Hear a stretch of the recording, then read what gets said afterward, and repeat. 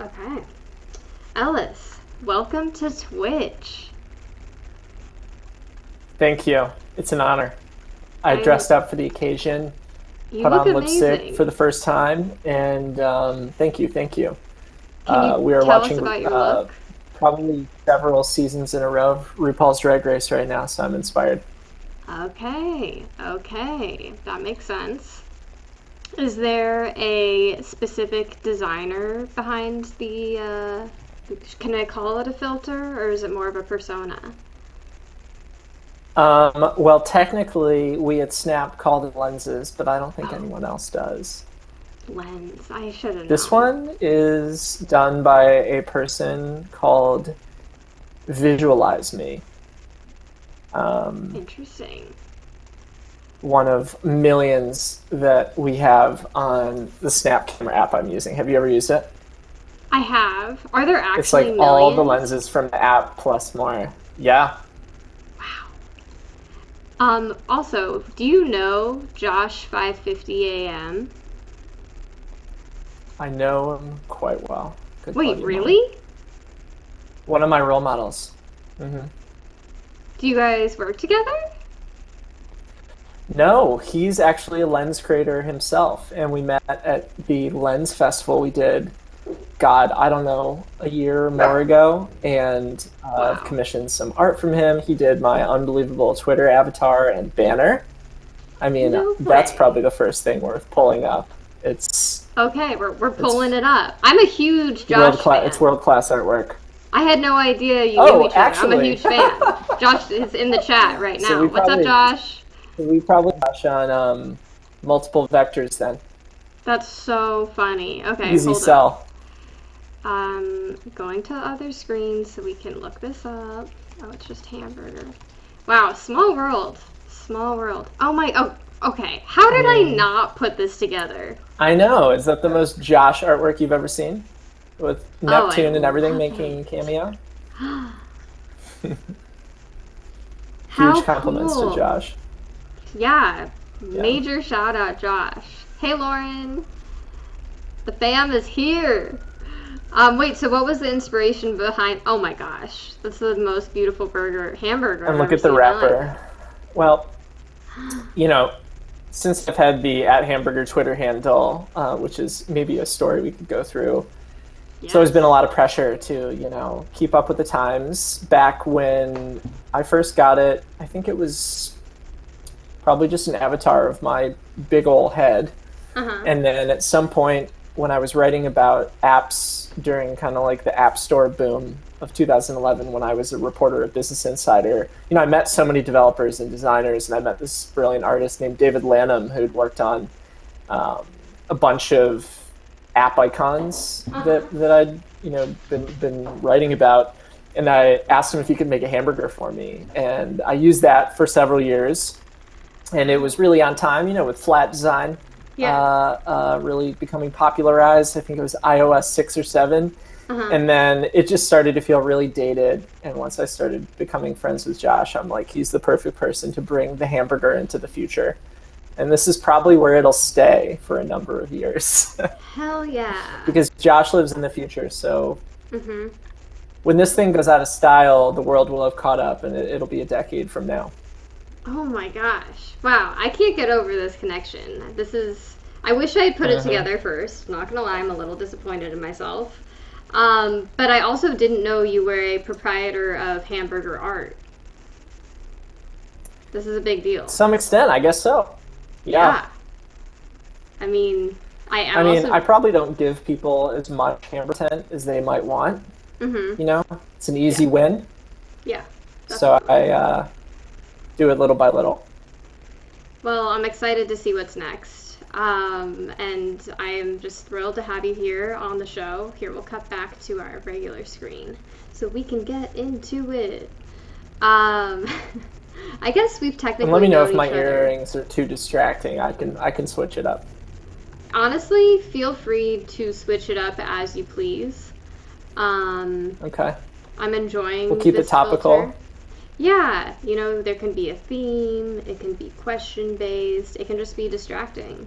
You can try to throw me off. I'm open. that's the idea, right? With live streaming is to keep people's attention at a millisecond to millisecond basis. So maybe I'll add a background. I'll switch. Maybe I could like auto rotate filters every 9 to 10 seconds, and then no one could ever leave the stream.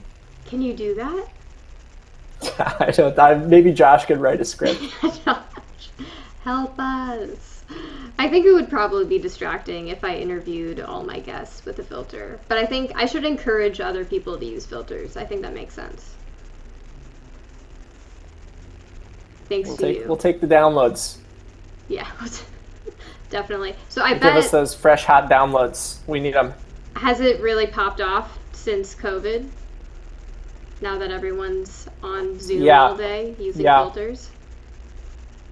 I mean, if you think about it, people are using filters, and I've definitely been thought-fluenced here by our friend Josh, but, people use filters all day, right? Like makeup, clothing, accessories, like kind of what's the difference? What aspects of me right now are, made with augmented reality or not? It's like we're augmenting ourselves all day, every day. And without the opportunity to do it in person, I think people are like realizing the stuff that really helps them express themselves and that also works within the frame. And so clearly I haven't done much to this very bland room I'm in, which is a future baby nursery, and all the artwork's on back order. But you got to keep up with it some other way. Keep people, tuned in. But I think Snap Camera, I think we published a stat that like the downloads had gone up like 10 or like 50 times or something like that during COVID. Wow. Because people are just looking for ways to, I don't know, break the ice on video chats, which is often terrible. It's like, how long is the ice breaking period when you're on a video chat with someone at work? Long. And long. Or even just to do like subtle makeup, Yeah. Like, maybe not even that noticeable. I mean, it's a loaded topic. I wanted to start at the beginning, but we're here, so I think we need to get into it. So many people have really pulled away from filters. I am not one of them. I just posted on Instagram with a filter to entice people. But, Cite your sources, man. Is this an anecdote or a research study you fielded? It's an anecdote. I mean, it's something that I've deducted just from a lot of people posting about not using filters anymore on Instagram specifically. And I think there's just like a general like sentiment that filters have a bad effect on people's mental health sometimes. I'm just curious what your thoughts are on that. Like I think it's filters, real. I mean, I think you're specifically. Yeah, it's interesting. People on Instagram talk about that as if that's the problem, when I think the problem is people needing to live up to the general aesthetic and popularity contest of the platform, and this is probably just one symptom. I think just like any technology, there are healthy ways to use it and unhealthy ways to use it.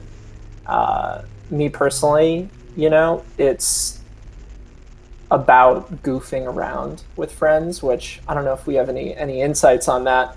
That's the majority of use cases or not. But I think it's definitely a danger if you're kind of losing touch with yourself or don't have enough, I don't know, support or love for yourself, where you feel like you always need to be dressing up for the people who really make you feel good and your close friends and family, And I think the narrative around dressing for yourself, make yourself feel good, I think is the same thing with filters. How many things in your life are worth doing or are healthy when you're doing them for everyone else, Yeah. And I think it's an extension of that to some extent. Obviously, it's a little, I don't know, more scandalous because it's unclear at times if someone's using a filter or not. Or let's say you're using a filter all day and then boom, it zaps back to your real face. You ever seen that happen? And you're like, oh God, I look like shit, Yeah. That can be a little scary as well. Totally. But I think it's related in a lot of ways to all conversations about your appearance and your confidence in yourself. I completely agree. And I think it's going to be really interesting to see what kind of impact it has on children that are growing up with filters. This came into our lives when we were in our late teens, early 20s, you know? So we had kind of, our brains had formed to a certain extent before we were introduced to filters. But yeah, you know, I have a ton of fun with them, obviously. I have a very coveted collection of them. I get really upset if they like get deleted, because it's actually fun collecting. Totally. I think we just rolled out like a new favorites thing where you can star them. Really? I'll show you my favorite one. Oh, please. See Also, if I can find what's it. the most popular one? I don't know.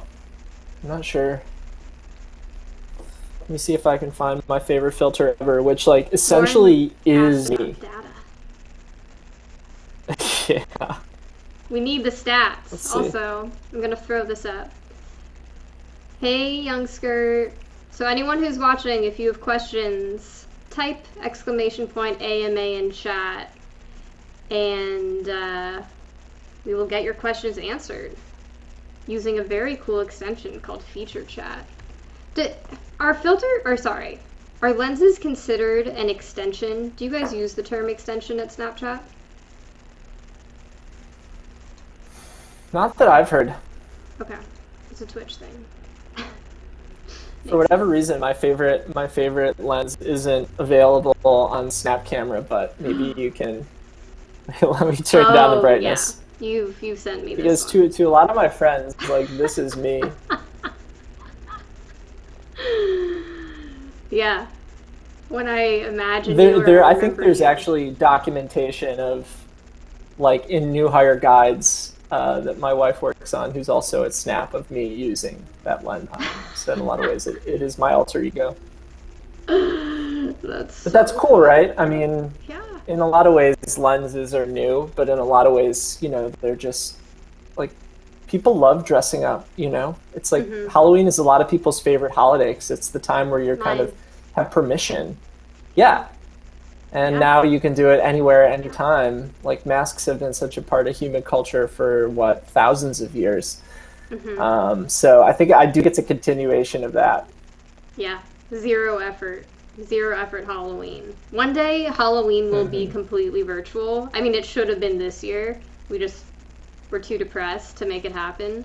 But yeah, I'll spend some money on a nice lens costume. Sounds fun. Did you have any like iconic Halloween costumes that you were known for in your teenage years growing up or anything like that? Nothing comes to my mind immediately.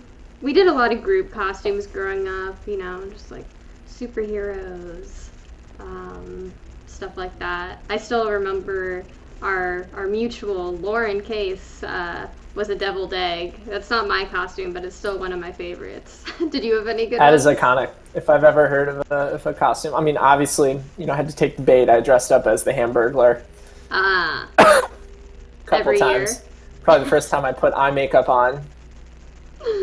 Oh, that's exciting. I'm sure it looked great. It was, I mean, that was in college. This actually wasn't the first time. Going to a very, very private school with uniforms and suits, it was definitely a mood when I did eyeliner for the first time to dress up as Brandon Flowers from The Killers, and people were like, what's going on with this kid? That's an amazing costume. I love Brandon Flowers. Loved his solo career.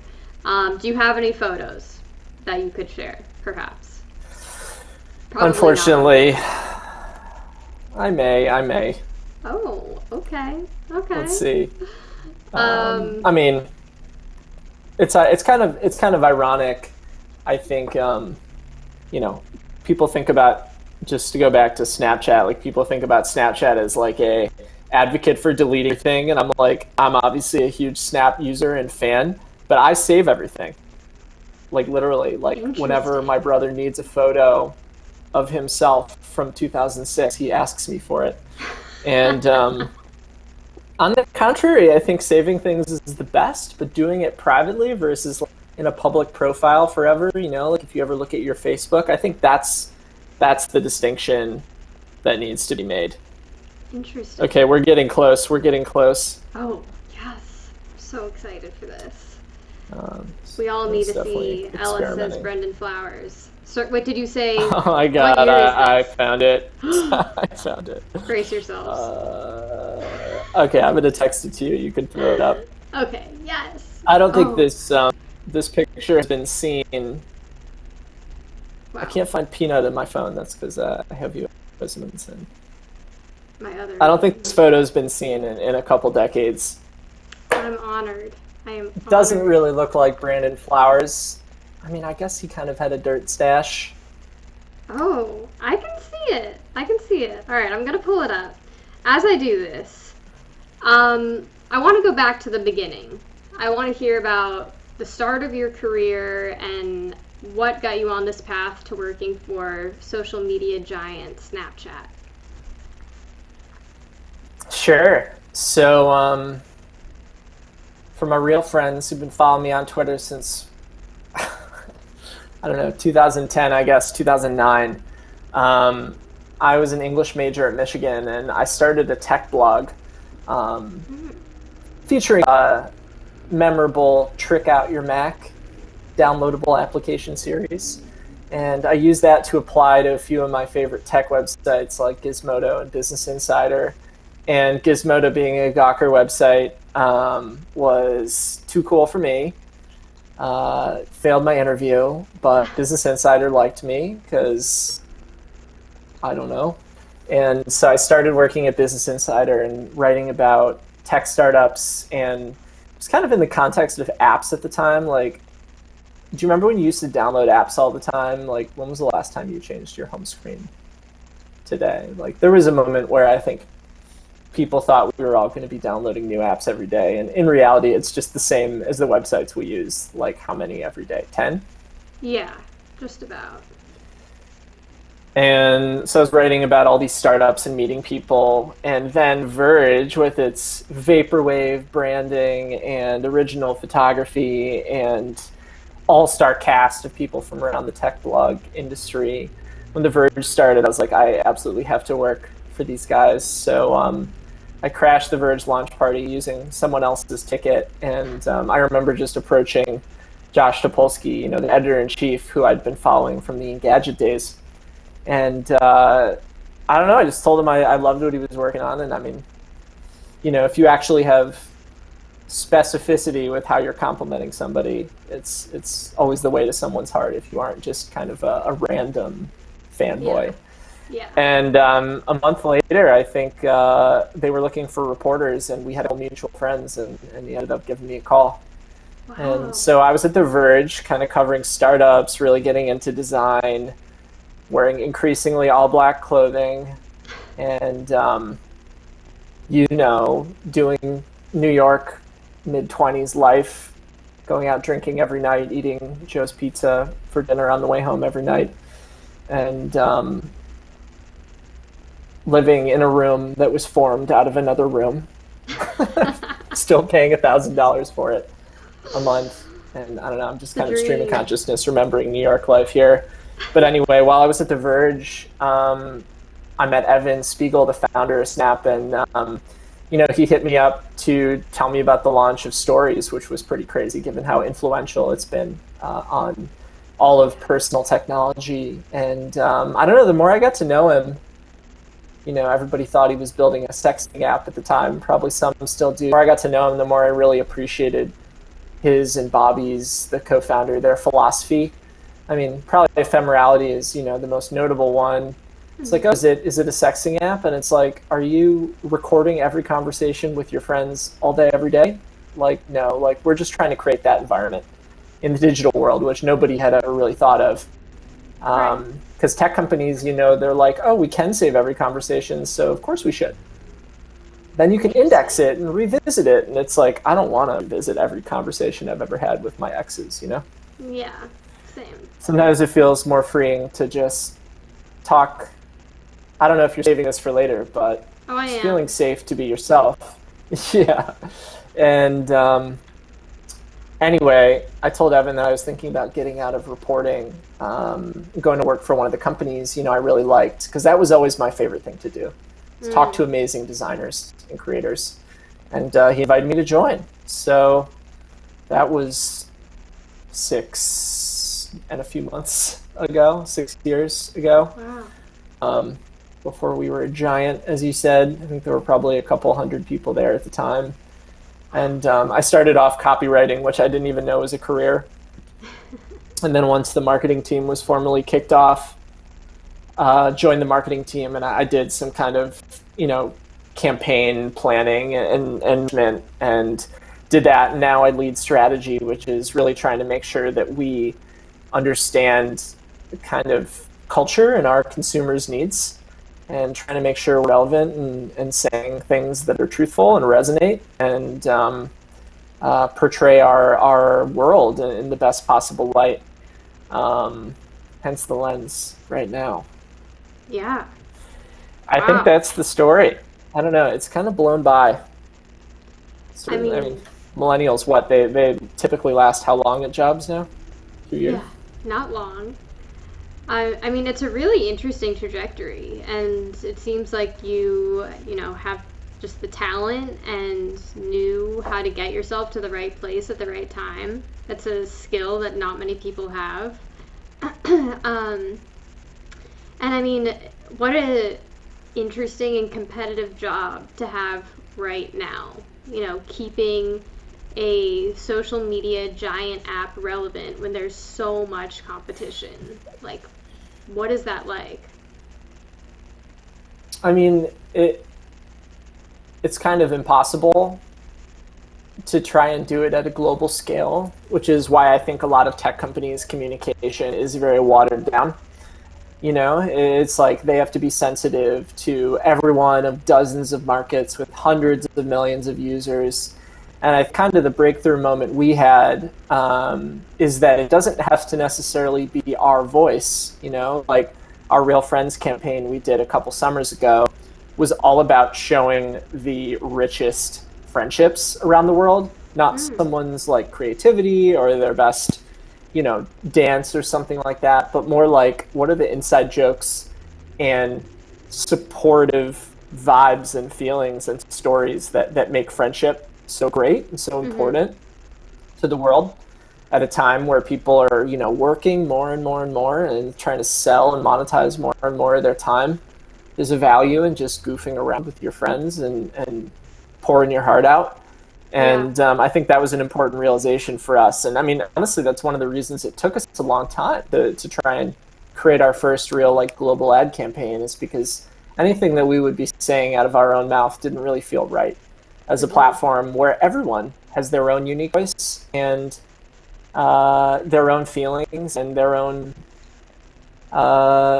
friendships that really make the platform what it is, not us. Right. Wow. It's a very good point. I think it's important to stay close to home and really honor the user. And I feel like Snapchat definitely does that. And it's become so much more than what it originally was. And obviously, all these other social media platforms are stealing ideas, I mean, we can start with stories and then it goes to filters, it just continues to be a trendsetter in the space. But I want to talk about the users. I swear every time I see someone who appears to be in high school, they're on Snapchat and they are just firing off photos. They like do like the mass reply and they're just like, take a picture, send. It's crazy. Isn't it? Like, what is the deal?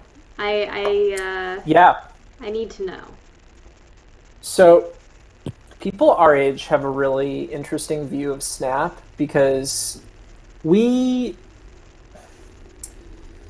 experienced Snap in college for the first time as a way to, send all your antics and goofing around and moments out drinking with friends and whatever. And then stories came out, and at a time where we're all trying to build ourselves and our careers. I'm 30, let's say stories came out probably when I was 24, 25. And you're at a time in your life where you're desperately trying to build your personal brand, move up the job ladder, network as much as you can. And so when people got stories, it was really fun for a while. And then when Instagram stories came out, because of the user need at the time for people our age, of course you'd rather share whatever with a broader audience if you can. Mm-hmm. And that, I think, is what a lot of people deferred to instead of appreciating the richness of sharing with a smaller number of people.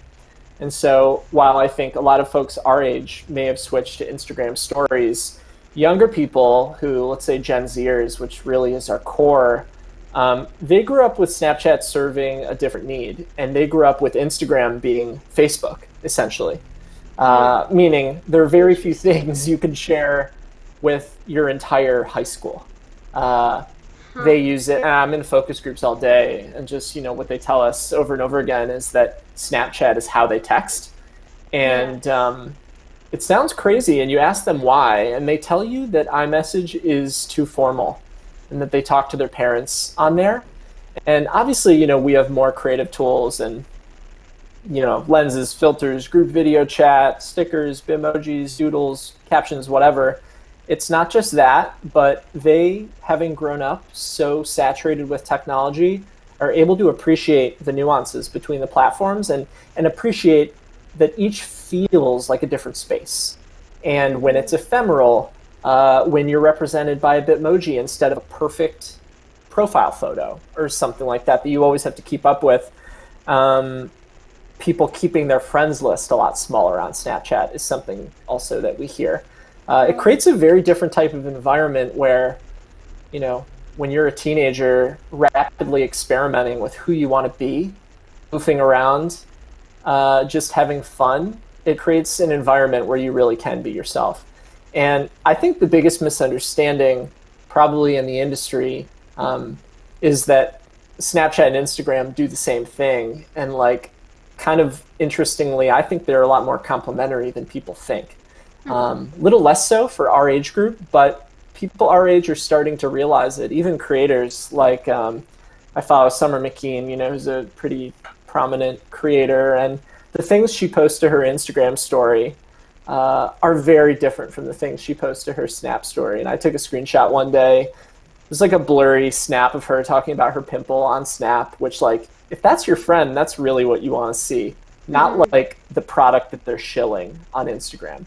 Right. But I think they both have value. But to a large extent with teens, to your question, they're experiencing Snap in a different way because of kind of like the life stage they're at, and also just because Instagram was so dominant that everyone they know is on it. And I think they definitely have Finstas as well, but there's a lot more effort that goes into editing and sharing a photo ex post facto versus sending snaps in the moment, which is another thing they tell us is very different. Sorry, that was long-winded, but I think about this stuff all day. Tech people are so infatuated with feature sets that they think, if everybody has stories, then they all must be the same. Like what features are in the product. And when you think about it, what's a lot more important than the box, like the stories or the news feed, is the audience you're sharing with. You're going to share a very different thing with your LinkedIn story, or LinkedIn post, as your Instagram post, as your Twitter post, as your Twitch live stream. They all serve very different needs, in my opinion, which is a big misconception. Yeah, it makes a lot of sense. I have never heard someone talk about it in the way that you just did, and it all just kind of crystallized in my mind. I think it's hard for people our age and older to imagine because we didn't have Instagram or Snapchat in high school, and we'll never know the consequences of posting something that might be unflattering or embarrassing or inappropriate. And I would be... How much of us really got fucked by that, right? Yeah, I'd be paralyzed. Versus teenagers today. Yeah, totally. I would too. I mean, it's taken me this long to put myself out there publicly on Twitch even, and I'm 28, because I was so afraid to expose myself, more than I had to online. But I'm over it. But yeah, you sound great. There are a lot of consequences. Thinking about these virtual spaces as more physical spaces in terms of the way that they make you feel makes a lot of sense. And I totally get, the different audience sizes and just who's out there in those audiences influencing what you're going to post. And Snapchat is more personal. It's making me wish I had more of a presence on Snapchat. For sure. But I'm it's wondering... the hard part, talking to creators, there's a big difference between having a presence. To be completely honest, talking to creators over the years, I couldn't always recommend Snap to them, Mm-hmm. It's I'm always going to be honest with people, and we didn't have the tools to, look at your audience, measure your shit, post from the web. There were a lot of things we did that got in the way Mm-hmm. of that job. And there were other platforms that are better for that. Whereas if you want a place to talk to your 30 closest friends and family members, I can always recommend Snap. The weird space in between that all the platforms share is the broadcasting element. And I think I would argue that Snap, is a smaller scale broadcast.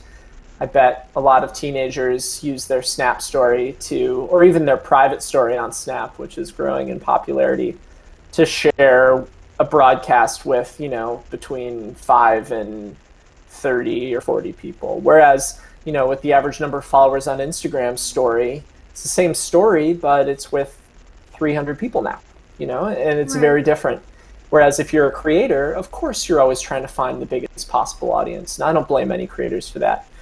And that's part of the perception issue, I think, is that media, being creators, don't see as much of a value in smaller scale broadcast or communication as they do, finding another place to share their content. Right, exactly. I'm very curious about creators and their audience crossover onto Snapchat.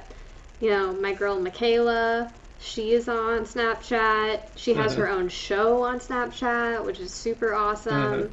There are a few musicians that I follow on Instagram that I also follow on Snapchat because I like them enough that I'm like, oh, I need all the content. I don't want to miss a spot.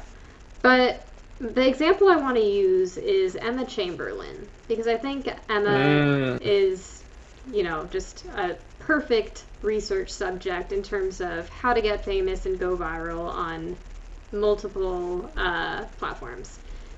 Do you know if she has a presence on Snapchat?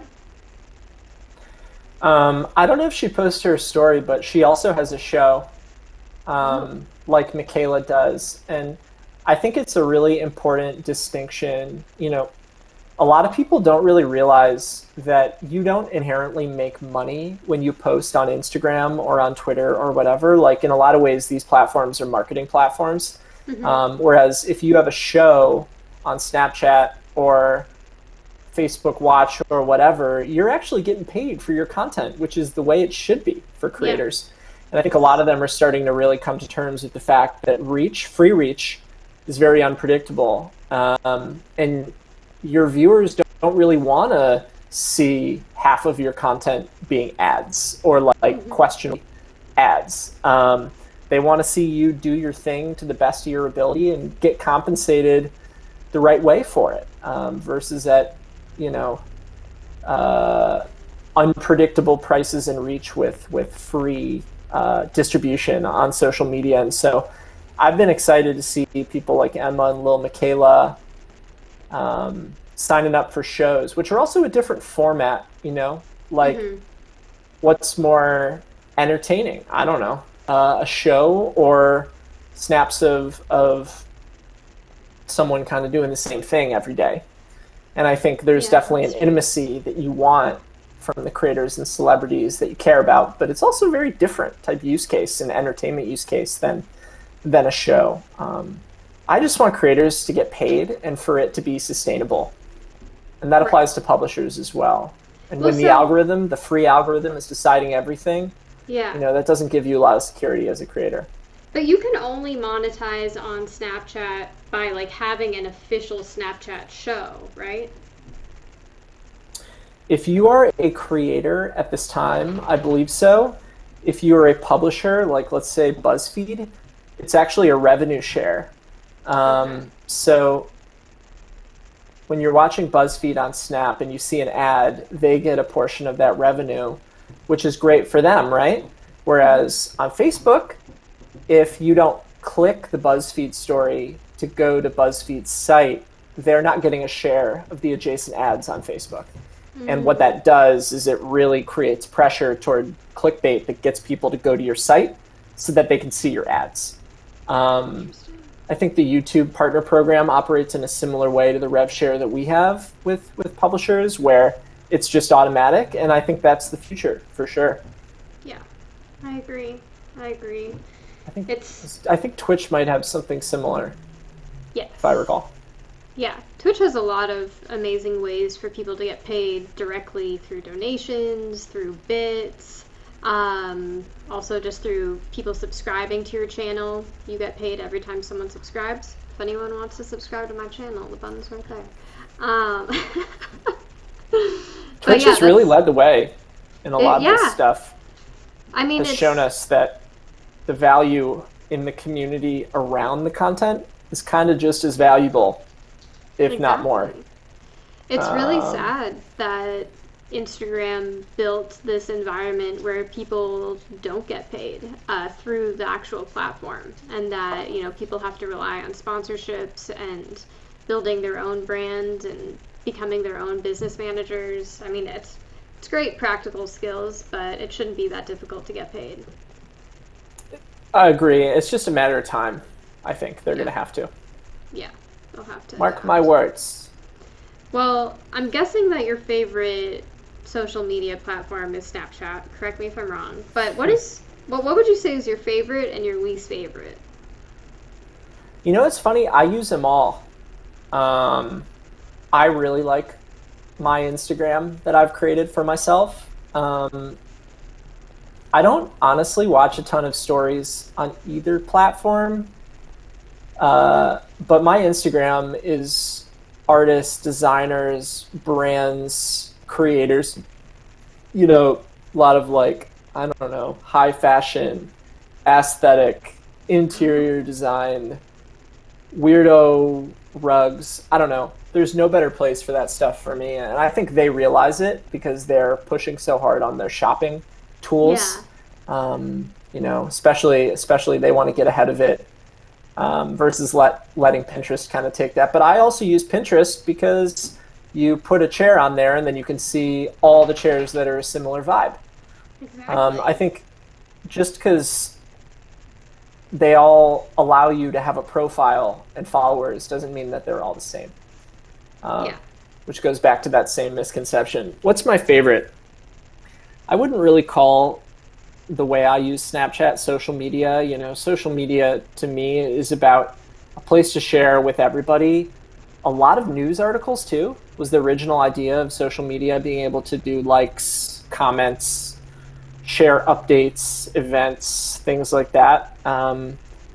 I have the most fun on Snap because it's where I get to see the faces of my friends being their goofy selves the most. Mm-hmm. It's like, I text a lot, but I think texting kind of sucks.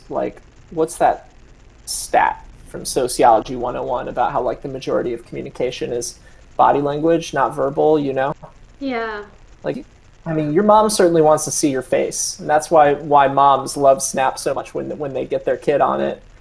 Or when their kid's willing to add them as a friend, just because I Snap my grandma, my dad, my stepmom, wow, a few group chats I'm in, and it's a way better way to stay in touch than texts or even trying to organize awkward, Zooms, which I kind of hate.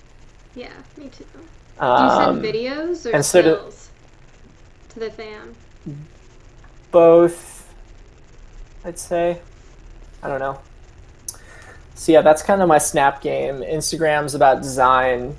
YouTube to me is about how to do anything. Currently I'm learning how to use a new synthesizer. I love following video game creators on YouTube.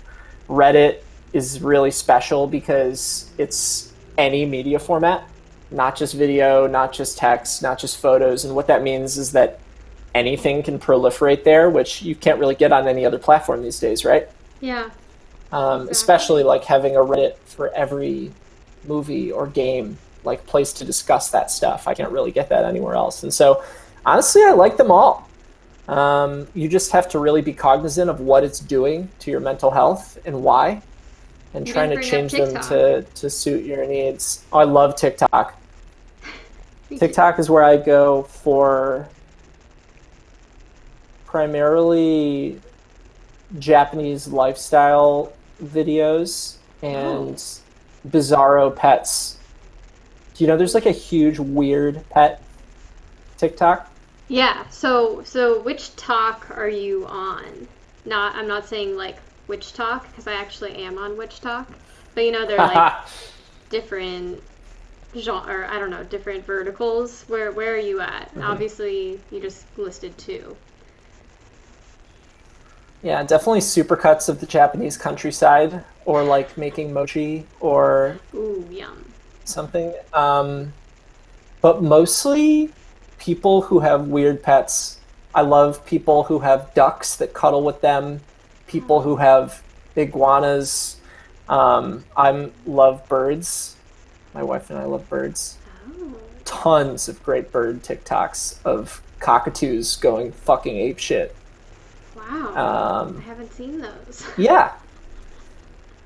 And I don't know. I guess I'm a power user of all these platforms, but nobody wants the same content cross-posted on every platform, because then what you're left with is things that are low resolution, fit in a square. Yep. Every platform starts to feel the same. Like, so yeah, use them for what they're best at, I guess. Yeah, I am the same. How about you? Yeah, talk to me. I mean, I feel like I have a presence on each platform. I definitely use Instagram the most. And then TikTok probably comes in a close second. I think the content on TikTok makes you feel better just about life and yourself. It's uplifting, it's funny. Sometimes they're sad ones, but I flip through those real quick. And obviously I love Twitch. And it's also not people you know, right? Yeah. No one. I mean, very few people I know. It's much more anonymous. Yeah. I think great. I am waiting for the day when people are tired of looking at everyone's vacations. But I'm not sure it's going to come, because it's such a fundamental part of your human instinct is to need to know what the tribe's doing so that you can feel normal. Mm-hmm. And I'm just hoping more and more people start to reconcile with how that makes them feel and try and avoid that stuff more. Yeah, I agree. At best, it starts a conversation with your friend, but have you responded to someone's vacation Instagram story, like a paragraph, and then they just like your story reply, and you're like, you don't want to fucking talk to me, you just want to get seen. Yeah. And that's the worst. It really is. I feel like people are starting to connect the dots in terms of what they see on their feed and how it makes them feel. I've seen a lot of posts, and I've done this, basically suggesting that you unfollow anything that doesn't make you feel good, whether it be a celebrity, a friend, a brand. If they're putting out messaging that isn't actively making you feel better, there's no point in following them. So another thing is that even if a friend in person, like right now, if I'm telling you about my vacation, that's going to feel very different because I'm choosing to spend time with you to tell you about it, you know? You feel special for that reason. Whereas if you see that exact same content online, like you've been BCC'd on that shit. Yes. And you can't blame anyone for feeling, I don't know, I guess like FOMO or like everybody's life looks better than mine. And of course that happens because you have enough friends to fill your content with vacation photos 24/7. You just have to recognize that, I guess. I hope people recognize that more and more. Yeah. Spicy. It's interesting the lack of one-on-one interaction that most social media apps allow people to have. And, there's always that voyeuristic, like, outsider looking in feeling that we're now also familiar with. It's a whole lot of voyeurism. But I'm curious, now that we've kind of done the run-through of apps, I just want to get your hot takes on what's going on online. Haven't been hot enough for you? I mean, these have been some really good hot takes, but I want to get more specific, more trendy. For example, like trends right now. Obviously, there's a lot of astrology talk. There's a lot of Civil War talk. What have been things that are sticking out to you and that you find interesting? Just the hypocrisy of people in power, elites, who tend to be white men, I'd say. That's what's probably pissing me off the most right now. You just look at the difference between the reaction of a crowd of white people breaking windows and a crowd of black people breaking windows, and the reasons they're doing it. One being loss of, you could say, entitlements and privileges and identities, and also, frankly, they haven't been looked after by the government, or genuine like systemic racism and disenfranchisement, and just the way people seem to want to equivocate them as if they are the same is just really appalling. That's what I've been thinking most about. Yeah, I would say. Yeah, me too. There's a weirdo segue, I think, to the Instagram conversation where like people's animal instincts are still very much in the fore in modern life, It's like, whatever, you read Sapiens and it's like, okay, we all have the same brains we did a few thousand years ago. And people, it seems like, decreasingly are reading history and just making the exact same very human bad judgments and mistakes over and over again. And you could also say that, the education, maybe, I don't know, in the language that people need to be educated today, but you're starting to see that stuff crop up on YouTube, which I think is really cool. Yeah. Historical essays that are just dramatically better, but also dangerously opinionated at times, if that's your only source of information, because of how easy it is to publish versus get something published in a textbook, let's say. So, right. Yeah, it's scary, and I think being able to judge the truth for yourself has never been more important. Good news, I think, is that young people, like we were talking about, are deeply familiar with being lied to and sold to 24/7 and are getting a better instinct, I would say, for how to evaluate the truth, especially in the digital world, whereas, no one is more susceptible to fake news and conspiracies than boomers. Yeah, very true. It's been really interesting. Yeah. Chain emails, whatever. Yeah. Yeah, it's terrifying. What's out there and what the future is going to look like is so uncertain. Obviously, it's been interesting seeing civil unrest and terrorism play out on social media. The stories being told millions of different ways at the same time, and none of us will ever forget the Black Square Day on Instagram. Did Snapchat go through anything like that? How has Snapchat been dealing with all of this? Oh, glad you asked. It's probably one of the things I'm more proud of this year. I worked on our election campaign, and it isn't very often that like a line you write in a deck ends up being the line, but I just kind of wrote up this line one day that said a post is not a vote. which I think spoke to performative activism, like some said about the black squares. It's like, this isn't enough.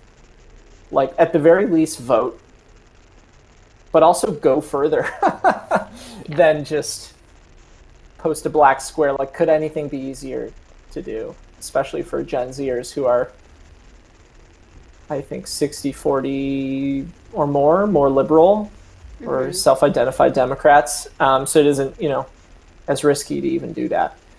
And we worked with some Instagram influencers to actually post that, kind of ironically, like post on their post, like, a post is not a vote, like, here's how you can register. And I think the point of view there really is that, a lot of these social platforms, they just say, go vote, get out the vote. What can we say that has more of attention, that inherently has to do with what we do in the world of social media? We also did like a film series of Gen Z friends pushing each other on tough topics about civic responsibility. And I think the insight there was that, like, we did some research that said that, big surprise, close friends are a lot more influential, and family members a lot more influential on your civic engagement, and especially voting on the day of, than, say, an influencer. Influencers can be great at education and helping you be informed, but in terms of the peer pressure to act, comes down to close friends and family members. And so that was why we made those videos. And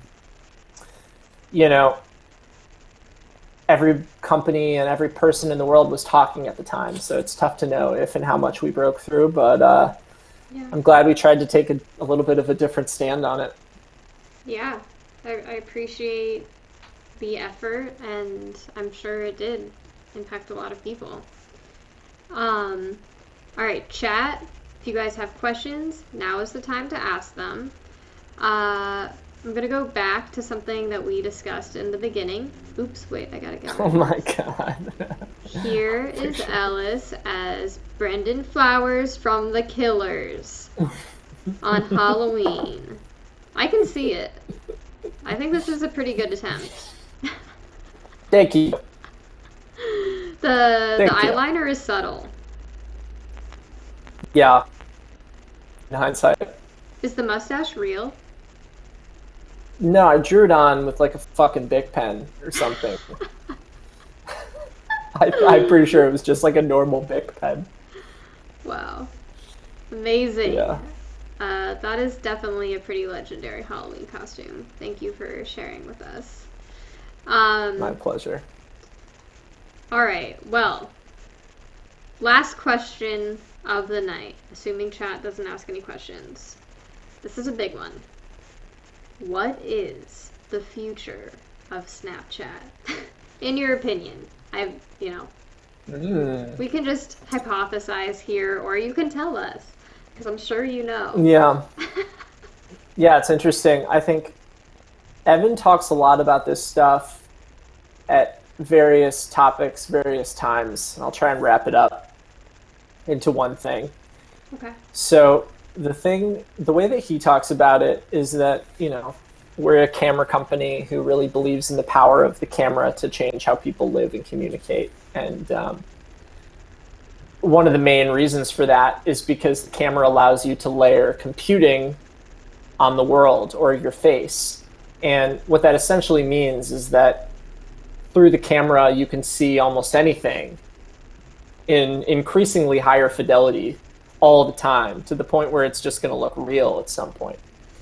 And obviously, you can't eat a digital object, but for things like clothes, learning experiences, talking to people, the closer we can get to real life in a lot of ways, the more emotional and affective and better it's going to be. And if you look at our camera today on Snap, you can Shazam a song just by pressing and holding. You can scan a product just by pressing and holding on it, like a label, not even a barcode, just like a label. Wow. And it'll show you Amazon products. You can kick a virtual soccer ball using foot detection, try on shoes, obviously wear all these masks, play games for, I don't know, I forget what it was, but we worked with, who is it? could have been like the EU or something, to like make all the banknotes scannable so that they would kind of rise up and there'd be information that you could see about monetary policy in the EU.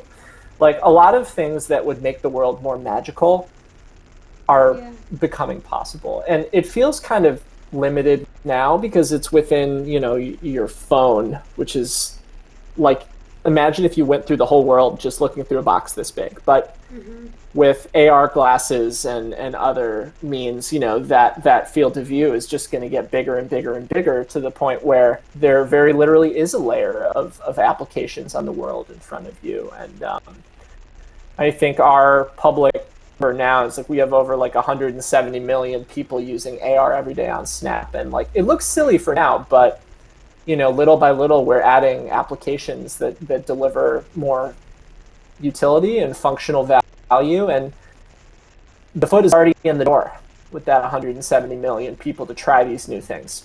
And so I think we have a big edge and advantage moving forward. Going back to Instagram for a minute, you know, they're obviously adding AR too, so is TikTok. But I think the behavior there is watching people using AR more than it is necessarily using it yourself. That's one of the advantages of opening to the camera on Snapchat, is that the first thing you see is your world and your face, not what everybody else is doing, you know?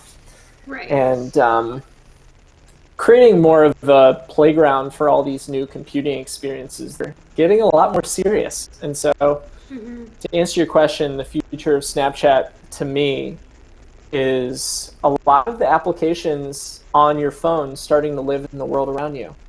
How many things are better when they're in 3D versus a web page on a small screen, you know? Yeah. And that's why I think you're starting to see Facebook, Apple, others start to really take it seriously, even though it looks a lot like goofing around right now. That's my personal summary. Wow. Was that too academic, or did that make any sense? No, it made complete sense. It's just almost scary. You know, yeah, it's exciting. It is. In the wrong hands. Yeah. I mean, we're just getting closer and closer to that point where life is better through an application than it is through your own eyes. Is that bad by default? You know, it's like you look at people who might, I mean, even just as one example, people who have limited mobility or some type of other disability that limits them from interacting with a lot of real world experiences. You know, this is a group that's been fundamentally changed forever by interactive, immersive technology. I remember Microsoft did this amazing product and campaign a year or two ago. They created just a controller that was perfect, or that was like specifically made for someone with, you know, like a type of motor dysfunction. And for someone who can't interact with everything the way that, you know, I might be able to, a lot of these digital experiences are letting them do things for the first time. Right. That's just one example, but I would ask people to examine, you know, like, what makes you feel fulfilled and happy long term? I think COVID is bringing us face to face with it.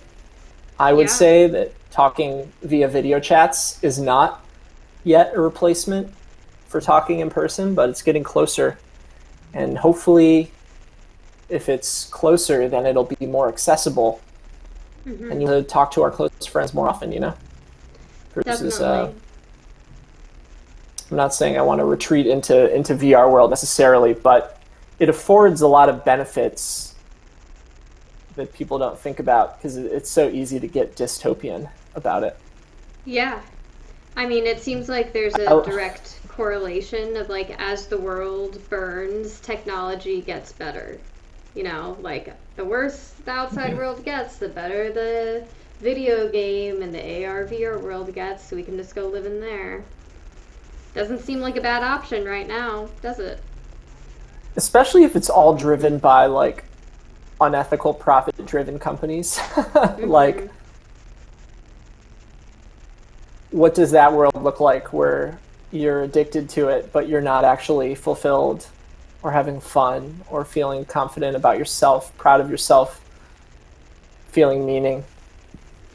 Yeah. I think that's actually something that the internet has delivered for a lot of people who, let's say you are very into a very niche hobby, let's say, you may never meet someone in the real world who has that hobby as you, whereas you may live with your best friends on the subreddit or the Discord with those people, and that is the meaning of life, is like being able to be yourself with the people who you're close with, and that's something that just might not exist in the real world for a lot of folks. Yeah, I have learned a lot about that through working at Twitch, and a lot of people that I became friends with through Twitch over quarantine, they became friends years ago through Minecraft, through Discord servers. Isn't it offensive when people tell you those friendships aren't real or whatever? Oh, it's horrible. They're super real. I mean, I wish I had those kind of friendships. You know, I wish it didn't seem so like mind-blowing to me. It makes sense, but it's also, you know, those people, they're 21 to 24, so I kind of maybe I missed that age range, or maybe I just wasn't on the computer enough as a kid. Probably that. What would you make in Minecraft? I have no idea. I've never played. What would you make in Minecraft?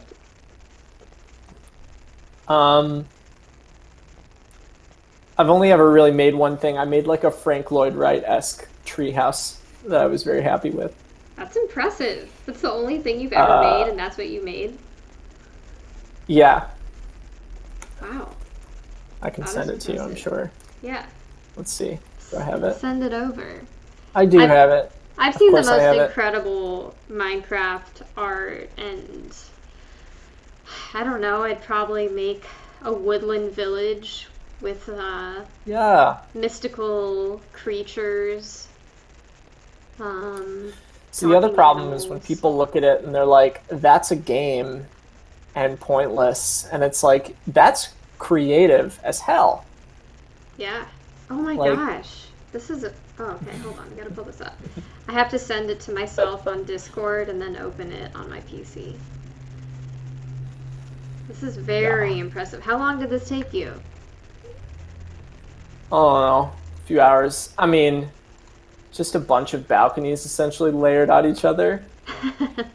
I don't have any. Clearly I remembered it, you know, like, feels good to make things. Yeah. Especially on the computer. Alright, pulling this up. Yeah, and I do think, you know, games are making creativity a lot more accessible in that way. Yeah. Do you have any thoughts on the future of gaming? Yeah, you know, who I've been following most closely is Epic Games. I mean, obviously, you know, big deal in the game world with Fortnite, but I think they're thinking a lot more deeply than many people think about the future of what they call the metaverse. And I think you're starting to see Fortnite concerts, whatever. Like, I bet you there are going to start to be stores that pop up in Fortnite probably pretty soon, if they haven't already. Yeah. And Fortnite just as a place to hang out with friends, and, you know, shooting people is one thing you can do, but I would expect them to really, really increase the number of things you can do with friends, because that's where you already are, right? It's like, imagine if you're at the mall and the biggest place is laser tag. So you and all your friends go to laser tag, but like, what are all the things that crop up around that because you're already at the mall, you know? Right. Yeah, it's the virtual mall.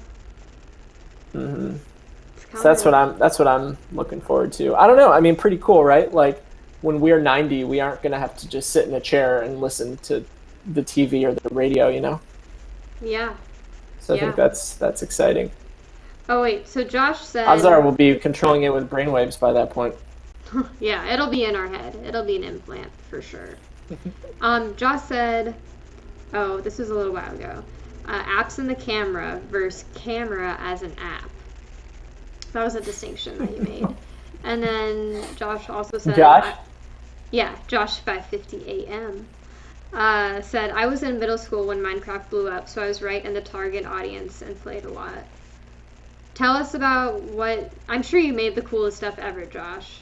Link us. Or I guess you can link us, but maybe if you have a screenshot or something, send it over. Wow. Well... Yeah. Josh is a perfect example of the self-made multimedia creator, and I'm just very excited for more and more people to have these types of skills of self-expression. You know, I don't know about you, but I was not educated on creativity in the way that I would have liked. I don't know. Me neither. And I do think creativity and creating things is one of the most fulfilling things anyone can do. Yes. That is what this show is. This is my creative outlet. Yeah, I mean, yeah. And I just like to talk to people. I don't know, did you have like a thing you made as a kid if you didn't play Minecraft? What was I into? Oh, well, I made videos all the time. I have a lot of extremely embarrassing music videos. One time we did a Verizon commercial. I was the friend that always had the VHS camera and would film other people doing embarrassing things. You're in the right place then, my friend. Yeah, what about you? What did you make growing up? Not much, dude.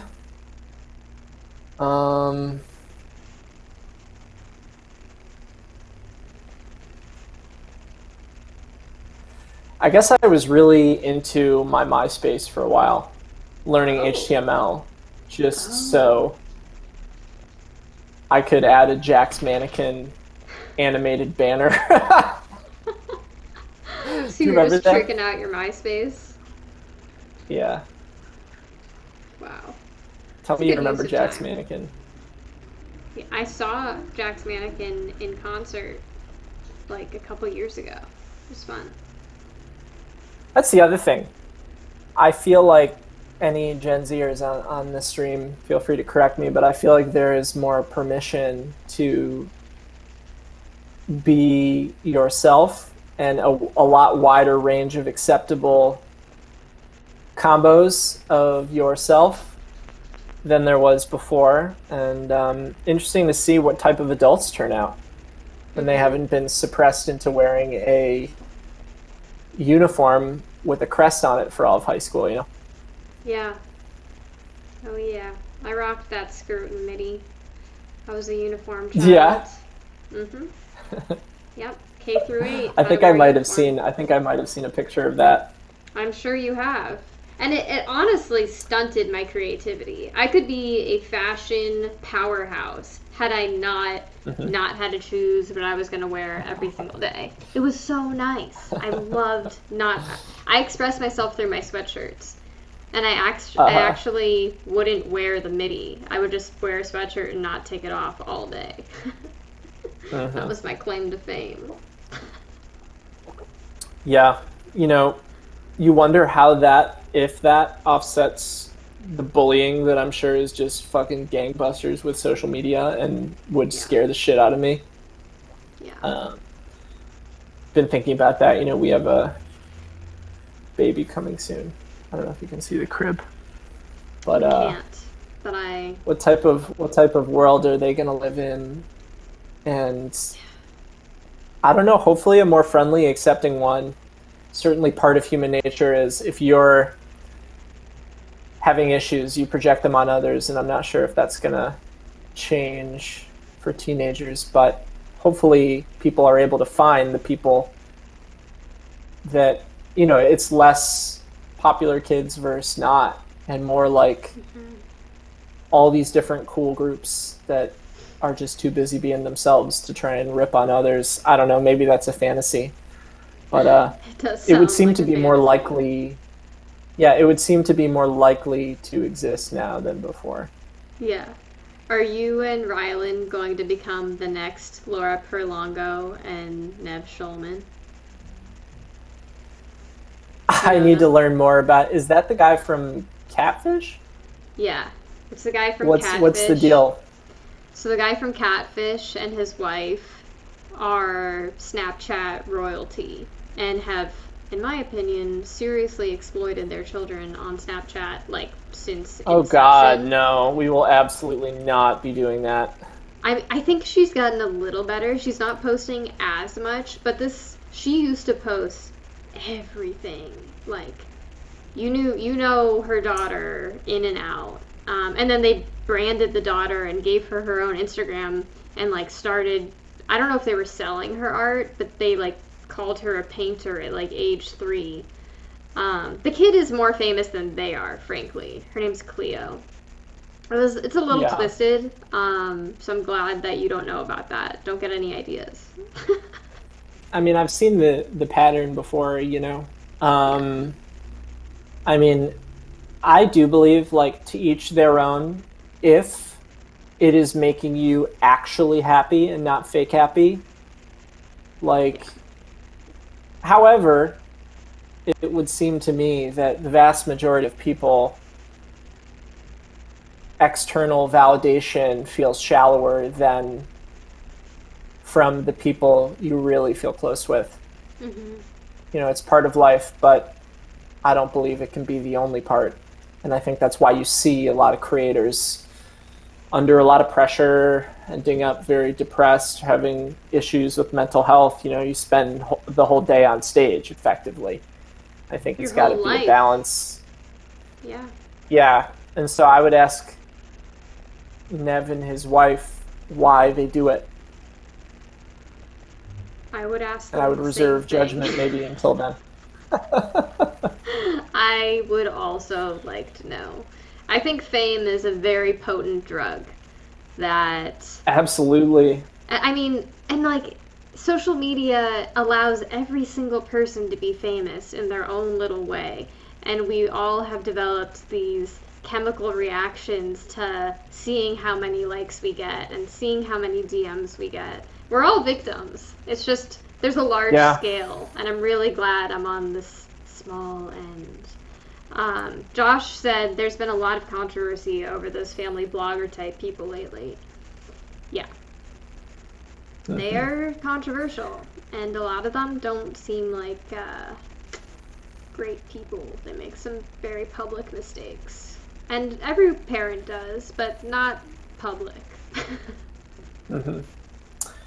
Yeah, I mean, with regards to fame, I feel very lucky that I was never famous by any means, but you know, for 4 years as a reporter, like all I cared about was my Twitter following, and I went from 0 to like 16,000, and Wow. you know, you get high on that shit, Yeah. and you tweet Goes something straight to funny, the and you head. feel so good about it. You tweet something bad, and then you delete it, and I'm glad I got that out of my system, and I don't think most people are that lucky to have experienced, you know, I don't know, the shallowness of it. I wonder a lot, you know, do celebrities love their fans, or are they still seeking approval from, you know, their idols or their peers? I believe it's the latter in terms of the validation. I think they probably have cool relationships with their fans, but you know, it's kind of an endless journey, right? If you're always seeking that external validation. Yeah.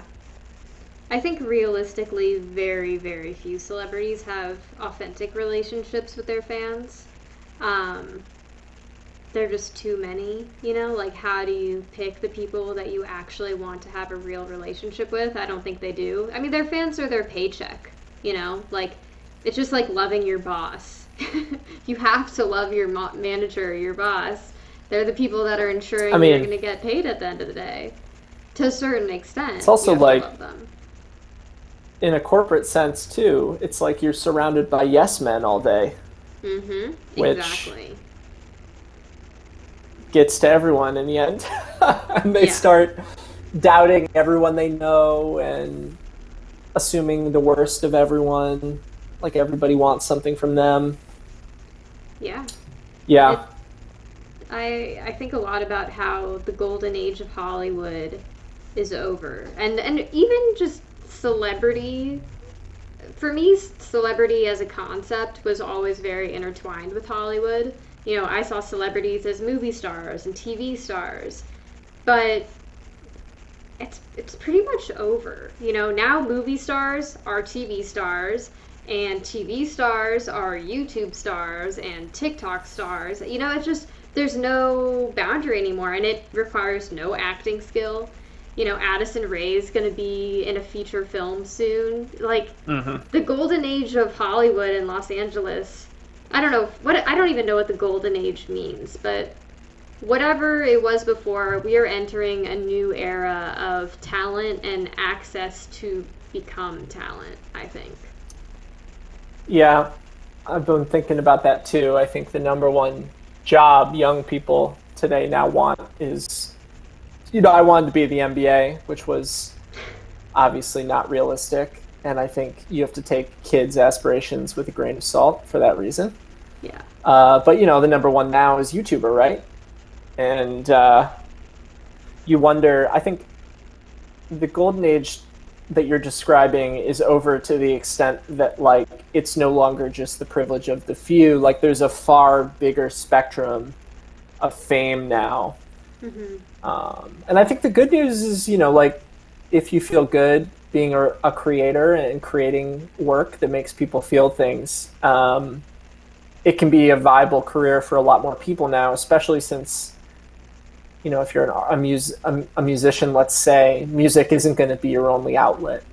Right. It could be a bundle of your music and your, I don't know, few snaps a day of your life, and the shirts you made, and the coffee roasting partnership you did, like, whatever, you know, like, they're the new brands to the extent that people trust them and will buy just about anything from them. And they're curators, you know, and so I think that stuff is cool. Going back, you know, that's why I think there need to be more sustainable ways, predictable ways for creators to monetize versus just organic social, because it's so fickle. Yeah, it's really important. It's going to be really interesting to see how things progress. I mean, would you have been a YouTuber back when you were making videos? If it were around back then? I have no idea. I actually have never thought about what it would have been like if YouTube had been a thing when I was making videos, and if I would have put them on there. Because they're just on DVDs that I don't even have access to. I lose them all the time. They're all on my dead, like, white MacBook from 15 years ago that I can't even turn on. But I want to ask one final question, because I want to give you your night back. I know it's dinner time. This is a tough question, and it applies to both of us because we both work in this industry, and that is about ethics. And, you know, I'm speaking for myself here as I'm critically talking about the influencer market and world. You know, these are the people that I'm hiring to make content. These are the people that make me look good and make me look like I'm good at my job. Like, how do you sleep at night? Just kidding. You know what I mean? Like, how do you feel like your involvement in all of this? This right now? Just, I don't know, like, being in this industry that, you know, we don't have a ton of experience or research on, like, how this is going to affect people in the world long term. Yeah. I think, like, to get at the answer, you really need to, like, get as specific as possible about what it is that you're talking about. It's like, it bothers me when, you know, a lot of, like, pundits talk about social media as if it's all the same. They call Pinterest social media, they call Twitter social media, they call, you know, and they're all very different. Mm-hmm. And so I wonder if we could get even closer into, like, what it is that you're thinking about. Like, is it the idea that everybody's being marketed to 24/7 by their media? Or is it like with questionable ethics around what they're talking about, not enough, disclaimers, or is that kind of what you're getting at?